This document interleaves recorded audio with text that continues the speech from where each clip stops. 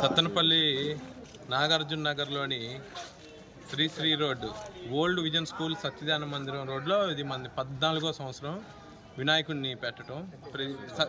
మన కమిటీ పేరు సత్యసాయి యూత్.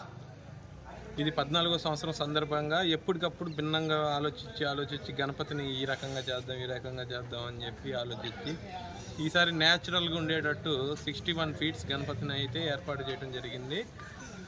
దానికి వచ్చి కేవలం న్యాచురల్ థింగ్స్, మట్టి, వెదురు కర్రలు, వరిపొట్టు, గడ్డి, వాటర్తో మొత్తం మళ్ళా మెల్ట్ అయిపోయి కరిగిపోయి స్వామివారి యథాస్థానానికి వచ్చేటట్టు నిమజ్జన కార్యక్రమాన్ని సేఫ్టీగా చాలా చేయడం జరుగుతుంది. ప్రతి ఒక్కళ్ళు కమిటీలు, విగ్రహాలు పెట్టే కమిటీలు, స్వామివారి చేసే ప్రతి ఒక్కరికి మా తరపున మేము అడిగే చిన్న సలహా కానీ రిక్వెస్ట్ కానీ ప్లాస్టర్ ప్యారిస్ని అవాయిడ్ చేసి మట్టి విగ్రహాలని మనం పెట్టినట్లయితే అందరూ కూడా వ్యాపారస్తులు, ఈ విగ్రహాలు ఏర్పాట్లు చేసే వ్యాపారస్తులు అందరూ మట్టి విగ్రహాలని తయారు చేసుకునే దారిలోకి వస్తారు. మనం ఫస్ట్ మట్టి విగ్రహాలని ఎక్కువ ఎంకరేజ్ చేయాలి.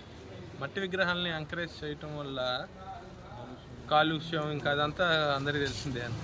మా తరపున మా సత్యసాయి కమిటీ నుంచి పల్నాడు జిల్లా నాగార్జున నగర్ మా సత్యసాయి యూత్ నుంచి ప్రతి ఒక సలహా ఏంటంటే అందరం మట్టి విగ్రహాలను ఎంకరేజ్ చేద్దాం.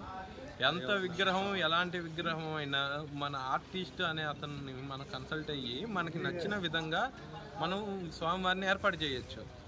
దాన్ని కొద్దిగా మనం చూసుకొని, ఆర్టిస్ట్ని చూసుకొని, క్లే వర్కర్స్ వీళ్ళు ఎక్కువ వరుస పక్కకు దొరుకుతారు.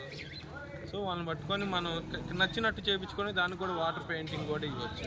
సో ఇంకా అది కూడా న్యాచురల్కి న్యాచురల్, లుక్కి లుక్ చేయడానికి బాగానే ఉంటుంది. సాధ్యమైనంత వరకు ప్రతి ఒక్కళ్ళు మట్టి విగ్రహంగా మార్చుకొని స్వామివారి పండుగను ముందుకు తీసుకెళ్లాలని మా తరపున అయితే ప్రతి ఒక్కరిని కోరుకుంటున్నాం. ఈ మధ్య నుంచే మట్టి విగ్రహాలని ప్రోత్సాహం పెరుగుతుంది.